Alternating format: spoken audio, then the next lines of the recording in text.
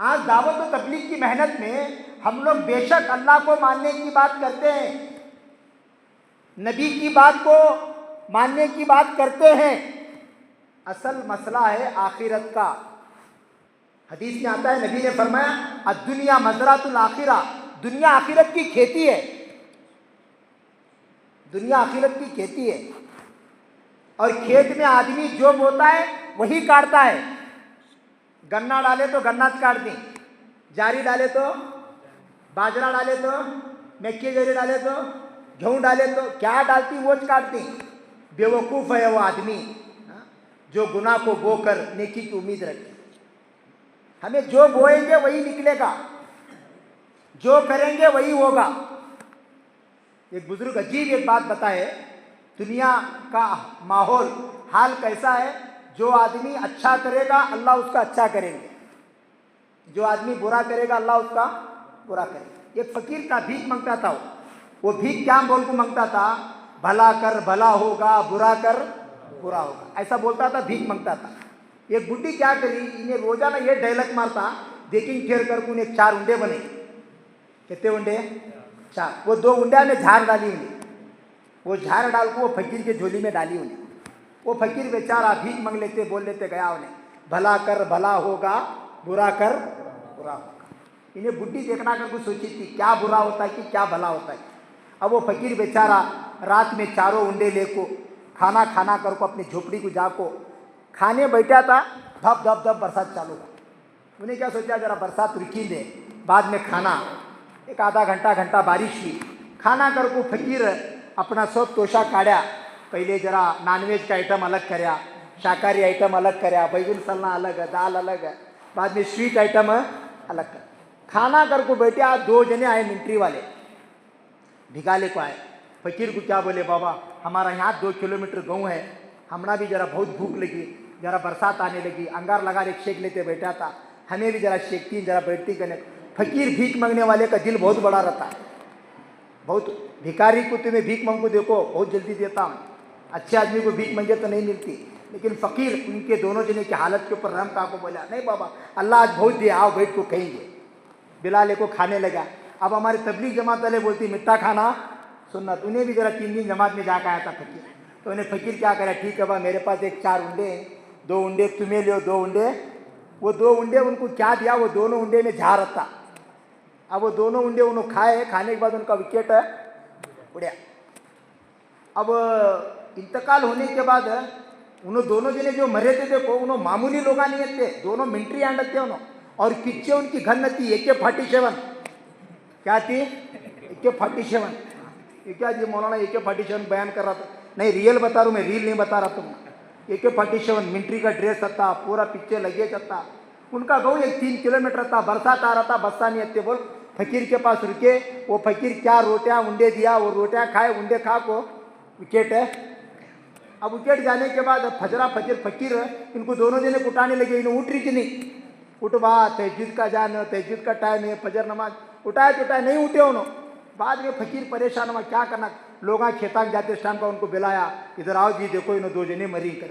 अरे इसकी मिलिट्री वाले मरी, कैसा जान मारे, रेल को क्या करा कर, कुछ मैं क्या भी नहीं करा साहब, क्या पते में क्या है। पुलिस स्टेशन को MLC करना कर को इंटीमेशन दिए, पुलिस स्टेशन को दोनों पोस्टमार्टम करना कर ले गए। जाने के बाद मेडिकल कराए, मेडिकल करने को रिपोर्ट आया कि इनको दोनों जने को झार दे को खलास करी। अब इंक्वायरी चालू हुई, झार कौन दी। अब झार तो कांची लगा खला, उन्हें बोला नहीं साहब मैं ये 50 घरा भीख मांगो खाता हूँ। कहाँ भीख मंगा था तू, क्या क्या मंगा था, सब इंक्वायरी चालू हुई। बाद में बोले इन्हें क्या खाक मरे, स्वीट खाक मरे। स्वीट किनके घर में ले आता, तो बोले बुढ़ी के ले आता। बुढ़ी को लात मार लेकर गाड़ी में डाले पुलिस स्टेशन को। बुढ़ी बोली मैं क्या करूँ कर को ले जा रही थी, तू क्या कारनामा करी, तुझे बोलती आज अम्मा कर बोल, बटाए उसे गाड़ी, बटा को ले को गए। जाने के बाद उस बुढ़िया की जमीन पैरों में से निकल गई। वो बुढ़िया वो दोनों नौजवान बच्चों को देखकर बेहोश होकर कहने लगी, फकीर तू गलत नहीं कहता था, तू सही कहता था, बुरा कर बुरा होगा, भला कर भला होगा। ये दोनों जो फौजी मरे हैं ये कोई और नहीं, ये दोनों मेरी औलाद हैं। बोले ये दोनों कोई और नहीं है, ये मेरी औलाद है। तो मेरे भाई दुनिया में अच्छा करने वालों को अल्लाह उनके साथ अच्छा करता है, एक आदमी अपने बाप को मारते मारते बीच बाजार में ले गया कर। उन्हें क्या बोला अपने बाप को, इसके अगे मुझे नको मार ले जाता है, कहीं को मैं भी मेरे बाप को यहाँ तक ही मार लेते लाया था। क्या समझ में आ रहा? कौन कैसा करती उनके साथ वैसा होना तय है। ये तो दुनिया का मामला है, आखिरत कब्र में उसके साथ क्या होता है वो अल्लाह जाने। अल्लाह हम सब के हाल पर रहम फरमाए। तो मेरे भाई ये 4 मंजिलें ऐसी हैं, माँ के पेट की मंजिल, दुनिया के पेट की मंजिल, कब्र की मंजिल, आखिरत की मंजिल। ये आखिरत जो है वो लामहदूद जिंदगी है, लामहदूद। हमने उलमा से सुना, किताबों में पढ़ा, दुनिया की सारी चीज़ें नकली, आखिरत की सारी चीज़ें असली। यहाँ की जवानी, यहाँ का खाना पीना, हदीस में आता है ला यफना शबाबहुम वला युबला सियाबहुम, वहाँ की जवानी कभी ख़त्म नहीं होगी, वहाँ के कपड़े कभी गंदे नहीं होंगे।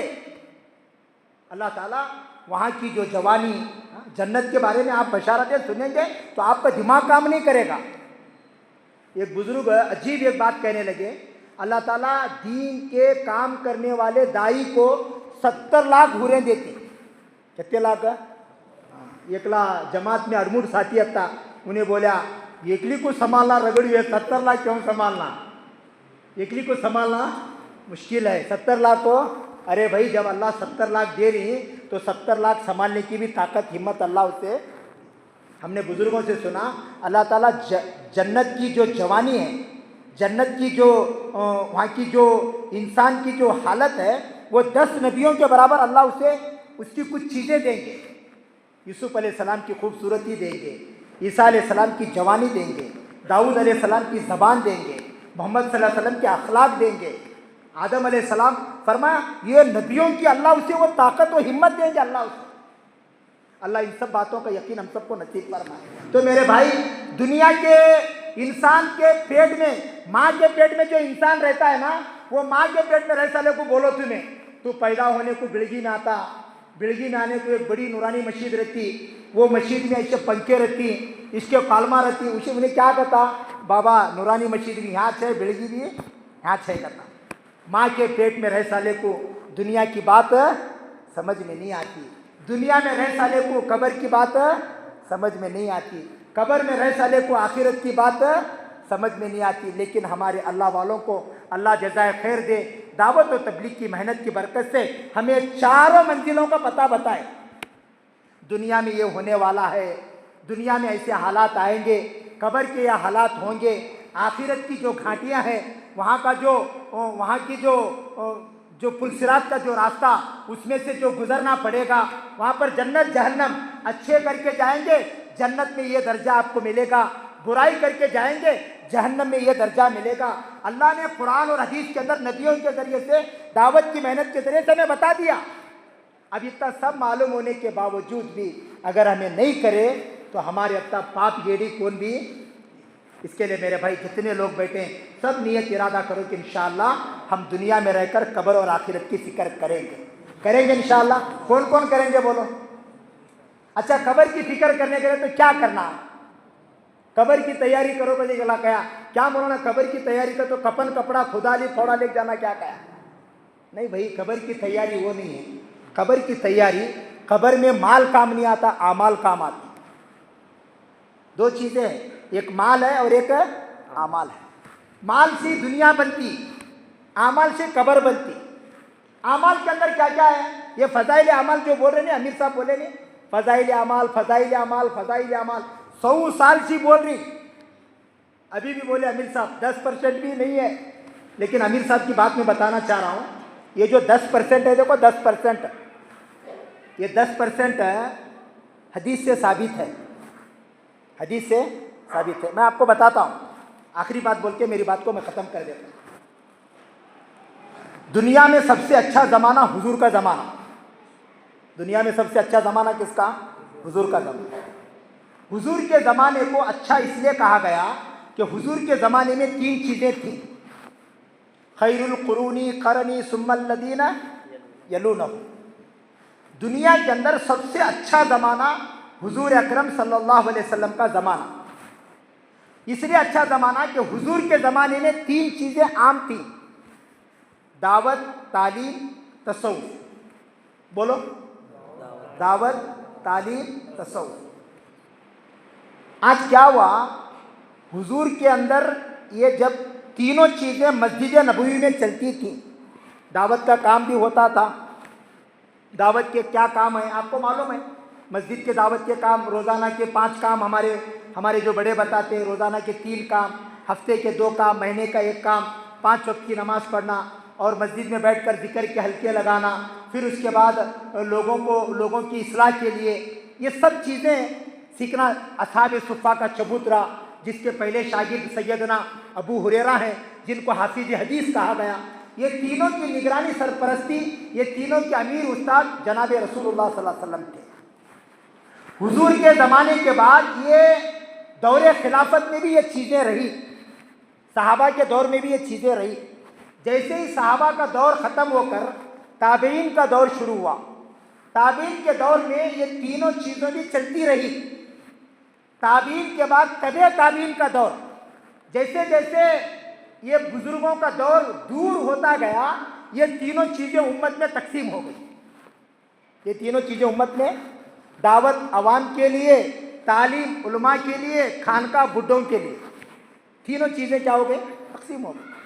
आज क्या करते हैं भाई? दावत और तबलीग, हमारा काम खाली तबलीग की है। और उलमा कहते हैं हमारा काम मदरसा है। बाकी के जो बुजुर्ग लोग हैं, जो रिटायर्ड हैं, भाई हमारा मदरसा भी नको, तबलीग भी नको, चुप तस्बीह लेको, अल्लाह अल्लाह करते बैठ गए।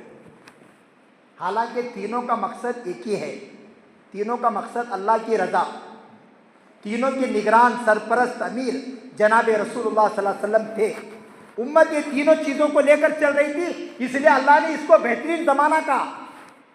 आज दावत और तबलीग में भी इख्तिलाफ हो गया, आज तसव्वुफ़ की चीज़ों में भी इख्तिलाफ हो गया, मदारिस के अंदर भी कुछ निज़ाम निसाब के एतबार से भी कुछ चीज़ें तब्दीली हो गई।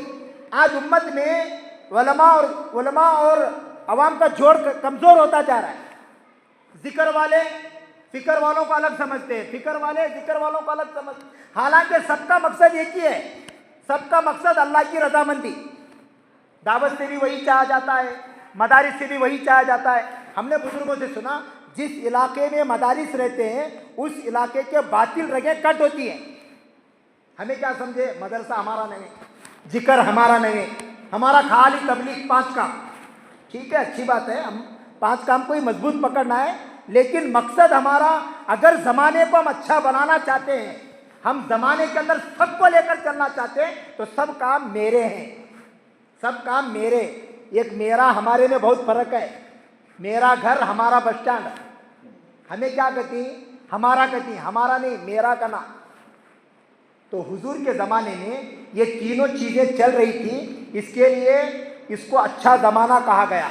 मैं आपको हदीस की रोशनी में ये 10% की बात मैं आपको बताता हूँ। ये जो महीने के 3 दिन, ये रोज़ाना के 2.5 घंटे और साल के ये जो चिल्ला 4 महीने जो बोलते हैं, देखो ये सब हदीस से साबित है। ये क्या भी मन गढ़ंत कौन भी कहानी किस्सा लिखे सर की बात नहीं है। अल्लाह के नबी सल्लल्लाहु अलैहि वसल्लम ने सारे सहाबा को जमा करके फरमाया, अगर तुम दीन के ऊपर 100%, कितने फीसद, 100% अमल करोगे तो तुम जन्नत में जाओगे।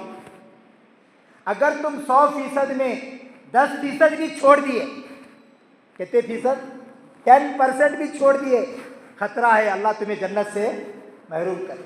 लेकिन अल्लाह के नबी सल्लल्लाहु अलैहि वसल्लम ने एक ठंडी सांस लेकर फरमाया, मेरी एक आखिरी उम्मत आएगी, एक आखिरी ज़माना आएगा जिस ज़माने के अंदर हर चीज़ आम हो जाएगी।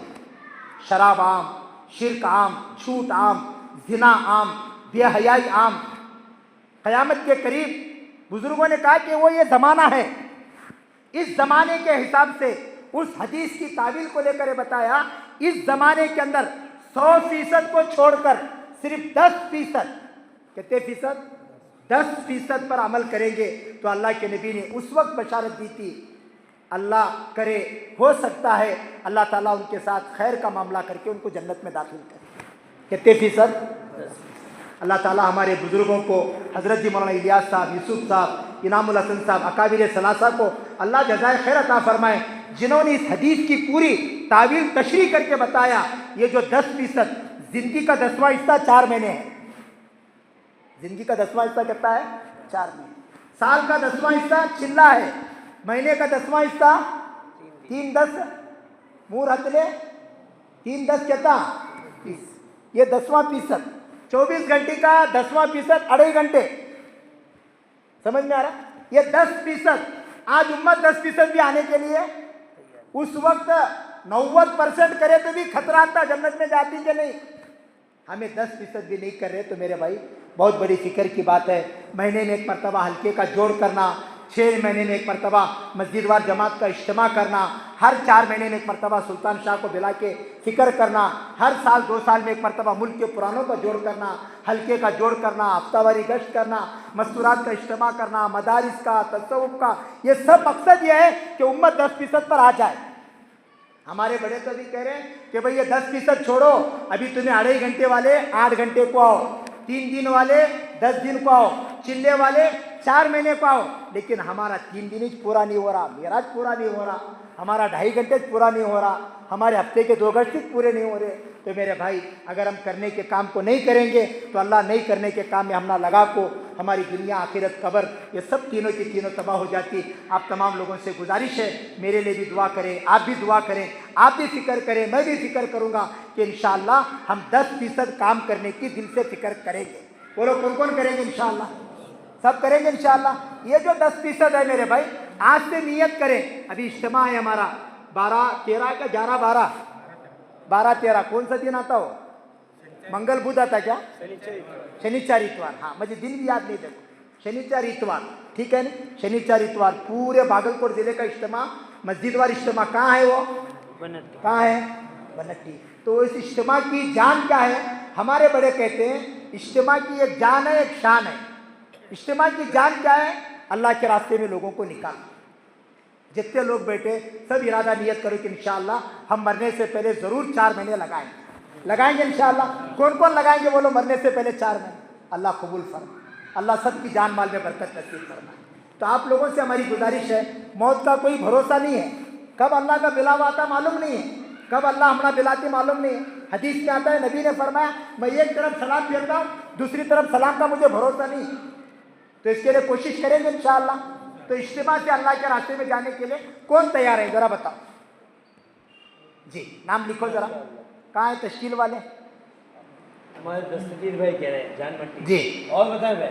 बशीर भाई, अल्लाह कबूल फरमाए। आमीन तो बोलो। कहाँ आमीन बोले तो उनके तो अल्लाह हमना भी दिलाता कर डर रहती जी। माशाअल्लाह। रसूल भाई अल्लाह बेहद कबूल फरमाए, अल्लाह रसूल भाई के जान माल में अल्लाह बरकत नसीब फरमाए जी। और बताओ मेरे भाई, हमारे साथियाँ बोलते रहेंगे अब एक आधा घंटा बयान सुनती हैं, जमात में जाओगे तो झलक पाता कहते रहेंगे। वो छे असल कड़वा घोट वो छे भाई।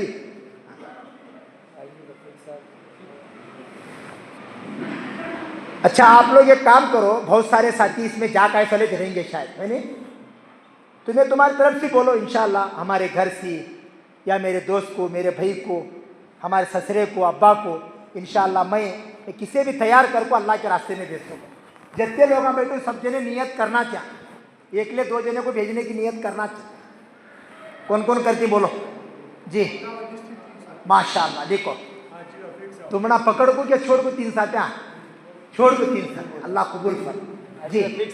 और बोलो हाजी रफीक मुल्ला साहब जी तैयार हैं हाजी साहब? कितने साथी?